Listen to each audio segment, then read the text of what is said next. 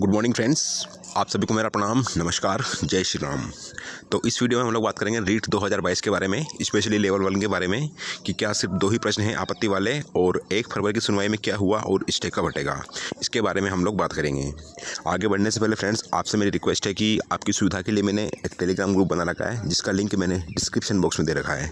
आप चाहो तो मेरा टेलीग्राम ग्रुप ज्वाइन कर सकते हो। उसमें आपको रीट में जो कोर्ट में केस चल रहे हैं लेवल 1 और 2 में, उनसे संबंधित आपको सारी इन्फॉर्मेशन मिल जाएगी। ठीक है फ्रेंड्स, और अगर आपको मेरी दी हुई जानकारी अच्छी लगे तो प्लीज़ चैनल को ज़रूर सब्सक्राइब करना और वीडियो को लाइक करना। हम बढ़ते हैं अब आगे। तो मेरे पास बहुत सारे लोग कॉल और कमेंट कर रहे हैं कि क्या सिर्फ 2 ही प्रश्न आपत्ति वाले हैं या इससे ज़्यादा हैं। ठीक है, तो इसका मैं आपको एक सीधा सा रिप्लाई करता हूँ। सीधा जवाब ये है कि अगर बोर्ड की तरफ से देखा जाए, अधीनस्थ बोर्ड है वो सिर्फ 2 ही प्रश्नों को आपत्ति वाला प्रश्न मान रहा है। ठीक है, यानी कि 2 से ज़्यादा प्रश्नों पर बोर्ड जो है सुनवाई करने को तैयार नहीं है। बट अगर अपन कोर्ट की बात करते हैं, माननीय न्यायालय की बात करें, या जिन लोगों ने आपत्ति लगाई है वो पूरे 22 प्रश्नों पर आपत्ति लगी है, ये आपको पता होगा। तो मैं बता दूं कि बोर्ड के मानने से कुछ भी नहीं होगा, क्योंकि बोर्ड ने तो ऑलरेडी रिजल्ट जारी कर रखा है और ज्वाइनिंग भी दे रखी है, आपको पता होगा फ्रेंड्स ये। बट सारी चीज़ें बोर्ड डिसाइड नहीं कर सकता। इसका जो अधिकार है वो माननीय न्यायालय को है कि किन क्वेश्चंस पर आपत्ति सही है और किन क्वेश्चन पर आपत्ति गलत है।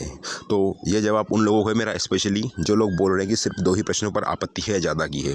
तो मैं बता दूं कि टोटल 6 से 7 क्वेश्चन पर आपत्ति है। और क्वेश्चन कौन कौन से, पहला क्वेश्चन बता दूं आपको मैं, डिजिटल लाइब्रेरी वाला है। दूसरा लाभान्वित वाला है। तीसरा क्वेश्चन है गौरव भारत ट्रेन का। चौथा क्वेश्चन है बीसल देव रासो वाला। और इसके अलावा टीचर स्टूडेंट रेशो वाला क्वेश्चन है और 1-2 क्वेश्चन और हैं। ठीक है, तो टोटल 6 से 7 क्वेश्चन है जिन पर आपत्ति है। और कहीं ना कहीं अगर उन पर आपत्ति नहीं होती, अगर माननीय न्यायालय को लगता है कि जो आपत्ति लगाई गई है वो गलत आपत्ति लगाई गई है, ऐसा कुछ है, तो आपकी याचिका बहुत पहले ही खारिज हो चुकी होती। ठीक है, तो ऐसा सोचना गलत है, ऐसा बोलना गलत है कि सिर्फ 2 ही प्रश्न पर आपत्ति है या 2 ही प्रश्नों पर ऑब्जेक्शन लगाना सही है। ये बिल्कुल गलत बात है। अगर ऐसा कुछ होता तो अभी तक चीज़ें क्लियर हो चुकी होती। मैं वापस बताना चाहूँगा आपको कि टोटल 6 से 7 क्वेश्चन पर कोर्ट ने एक तरह से ये हमको एहसास हुआ है कि 6 से 7 क्वेश्चन पर आपत्ति है। ठीक है फ्रेंड्स, तो आपको परेशान होने की ज़रूरत नहीं है। बोर्ड के मानने से कुछ भी नहीं होता, जो कोर्ट बोलेगा वही होगा। ठीक है फ्रेंड्स, और जो 1 फरवरी की सुनवाई थी आपकी, उसके लिए उस दिन आपके लिए कोई भी पॉजिटिव न्यूज़ नहीं आई। वापस से आपको नेक्स्ट डेट हियरिंग की मिलेगी। और ये जो सारा स्टे आया है, इसके लिए कहीं ना कहीं बोर्ड ही पूर्ण रूप से जिम्मेदार है। बोर्ड इसलिए जिम्मेदार है, या बोर्ड की जो कमेटी बनाई थी उससे कोर्ट पूरी तरह से सेटिस्फाई नहीं है। ठीक है फ्रेंड्स, कोर्ट सेटिस्फाई नहीं होने का मतलब ये है कि बोर्ड की जो एक्सपर्ट कमेटी है, उनकी जो कमेटी की रिपोर्ट है, उसमें कुछ ना कुछ खामियां हैं। उन्हीं की वजह से अभी तक चीज़ें क्लियर नहीं हो पा रही है। अगर अधीनस्थ बोर्ड सही से पेपर बनाता या चीज़ें प्रॉपरली डील होती तो डेफिनेटली ये मुसीबत नहीं आती।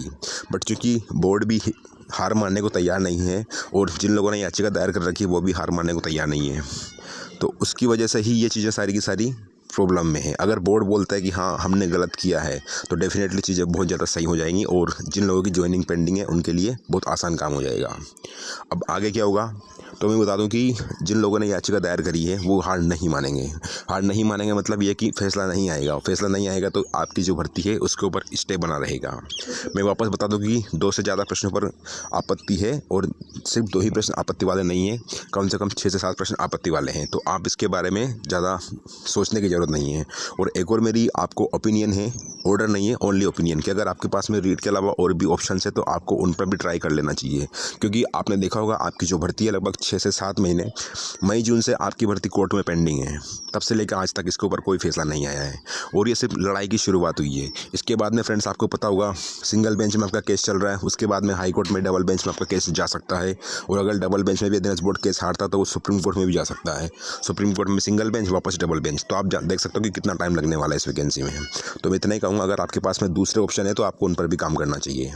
ठीक है फ्रेंड्स, और 1 फरवरी की सुनवाई में आपके लिए पॉजिटिव कुछ भी नहीं हुआ। जो चीज़ें पहले थी, जो स्टे आया था दिसंबर वीक में आया था, जो कि 21 दिसंबर से को था, मतलब कि 30 नवंबर को जो स्टे आया था वो स्टे भी बना हुआ है, यथास्थिति अभी बनी हुई है।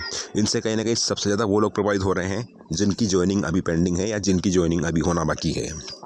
ठीक है, क्योंकि उनकी तो सैलरी कट रही है, सैलरी जा रही है उनकी। अगर आप देखो तो नॉर्मली 6 महीने से ज़्यादा जिन लोगों का सिलेक्शन हुआ उनकी ज्वाइनिंग हो चुके हैं, लगभग 1 लाख से ज़्यादा रुपये का नुकसान उनको हो चुका है। और ये सब सारा का सारा काम बोर्ड की वजह से हो रहा है। बोर्ड को करना चाहिए कि अगर चीज़ें वाकई में गलत हो रही है तो उनको सही करने की कोशिश करें, लेकिन बोर्ड ऐसा नहीं कर रहा है। जो मुझे लगता है मैं आपको वो बता रहा हूँ। ठीक है फ्रेंड्स, तो ये था फ्रेंड्स अभी के लिए। और स्टे कब तक हटेगा, तो इसका मेरा एक सीधा सा जवाब ये है कि जब तक सारी चीज़ें क्लियर नहीं होंगी, यानी कि जब तक कोर्ट इसके ऊपर कोई फैसला नहीं देगा तब तक स्टे हटने की संभावना बहुत कम है। और कोर्ट भी इन चीज़ों को बहुत सीरियसली ले रहा है, तभी आपको जल्दी जल्दी डेट मिल रही है। बट 1 फरवरी के बाद में आपकी सुनवाई कब होनी है, इसके बाद में कोई इन्फॉर्मेशन अभी नहीं है। ठीक है फ्रेंड्स, तो ये था अभी के लिए। जिन लोगों ने याचिका दायर कर रखी है और वो परेशान हो रहे हैं कि सिर्फ 2 ही प्रश्नों पर आपत्ति है, तो मैं बता दूँ ऐसा गलत है। बोर्ड के मानने से कुछ भी नहीं होता। इसमें जो अंतिम फैसला आएगा वो माननीय न्यायालय का आएगा। जो माननीय न्यायालय फैसला देगा उसके बाद में ये चीज़ें क्लियर होंगी। तो 2 से ज़्यादा प्रश्न आपत्ति वाले हैं और स्टे का तो कुछ कह नहीं सकते कि इसका फैसला कब आएगा या किस सुनवाई में इसका फैसला आएगा। इसके बारे में किसी को कुछ भी पता नहीं है। ठीक है, आपने देखा होगा फ्रेंड्स कि पहले लग रहा था कि 21 दिसंबर को फैसला आएगा, फिर आपकी जो सुनवाई थी वो जनवरी को हुई, फिर फरवरी में हुई, और अभी तक भी चीज़ें वैसी ही बनी हुई है, वैसी ही कॉम्प्लिकेटेड बनी हुई है जैसी पहले थी। ठीक है, तो मैं इतना ही कहूँगा, जिन लोगों का भी ज्वाइनिंग पेंडिंग है आपको धैर्य रखना चाहिए। डेफिनेटली आपकी ज्वाइनिंग 100% होगी। यानी जिन लोगों का सिलेक्शन हो चुका है उनकी ज्वाइनिंग तो 100% होना है, इसमें कोई दो राय वाली बात नहीं है। बट कब आपकी ज्वाइनिंग होगी इसके बारे में मैं कुछ कह नहीं सकता, क्योंकि अधीनस्थ बोर्ड ने ही जानबूझ करके चीज़ें बहुत ज़्यादा कॉम्प्लिकेटेड कर रखी है। अगर इनकी सही से एक्सपर्ट कमेटी की रिपोर्ट बनती तो डेफिनेटली संभावना ये थी कि आपका जो फैसला है वो 2 से 3 महीने पहले आ चुका होता। लेकिन जो इनकी एक्सपर्ट कमेटी है उसमें कुछ भी नहीं हुआ। लेवल 2 में बता दूं कि लेवल 2 में अभी कुछ भी नहीं हुआ, क्योंकि कोर्ट ने पहले कहा था, माननीय न्यायालय ने कोर्ट ने कहा था लेवल 2 के मामले में कि जितने भी सब्जेक्ट हैं SST को छोड़ करके जितने भी सब्जेक्ट्स बचे हैं SST के अलावा उन सब की वापस से एक्सपर्ट कमेटी बनाई जाए, और उस एक्सपर्ट कमेटी में वो लोग शामिल नहीं होंगे जो ऑलरेडी एक्सपर्ट कमेटी बनी थी, वो उसके जो मेंबर थे उन्होंने पार्टिसिपेट किया था। तो फ्रेश कमेटी के लिए वापस कोर्ट ने लेवल 2 में बोला था। ठीक है, तो कहीं ना कहीं आप मान सकते हो कि लेवल 2 में भी वेटिंग आने की संभावना अभी फ़िलहाल तो नहीं है। जब तक चीज़ें सारी क्लियर नहीं होंगी, कोर्ट का फैसला नहीं आएगा, जब तक कोर्ट में बोर्ड अपनी रिपोर्ट पेश नहीं करेगा एक्सपर्ट कमेटी की, तब तक स्टे नहीं हटेगा। तो लेवल 2 में भी एक तरह से आप स्टे मान सकते हो कि स्टे ही है। ठीक है फ्रेंड्स, तो ये था अभी के लिए। बाकी लोग सोच रहे हैं कि हमने इसमें कुछ करा है या हमने इसमें स्टे लगवाया है, तो हम लोग उनके लिए लड़ रहे हैं जिनके साथ में अन्याय हुआ है। ठीक है, अगर आपके साथ में भी अन्याय होता तो डेफिनेटली हम भी आपके साथ खड़े मिलेंगे। ठीक है फ्रेंड्स, तो ये था अभी के लिए। मिलते हैं नेक्स्ट वीडियो में। आपसे रिक्वेस्ट है मेरी, अगर आपको मेरी दी हुई जानकारी अच्छी लगे तो प्लीज़ चैनल को ज़रूर सब्सक्राइब करना और वीडियो को लाइक करना। आप चाहो तो मेरा टेलीग्राम ग्रुप ज्वाइन कर सकते हो, जिसका लिंक मैंने डिस्क्रिप्शन बॉक्स में दे रखा है। उसमें आपको जो हाई कोर्ट में केस पेंडिंग है लेवल 1 और 2 के, उनकी आपको सारी इन्फॉर्मेशन मिल जाएगी। ठीक है फ्रेंड्स, तो मिलते हैं अभी के लिए। वीडियो वॉच करने के लिए thanks. Have a great day and all the very very best and God bless you all.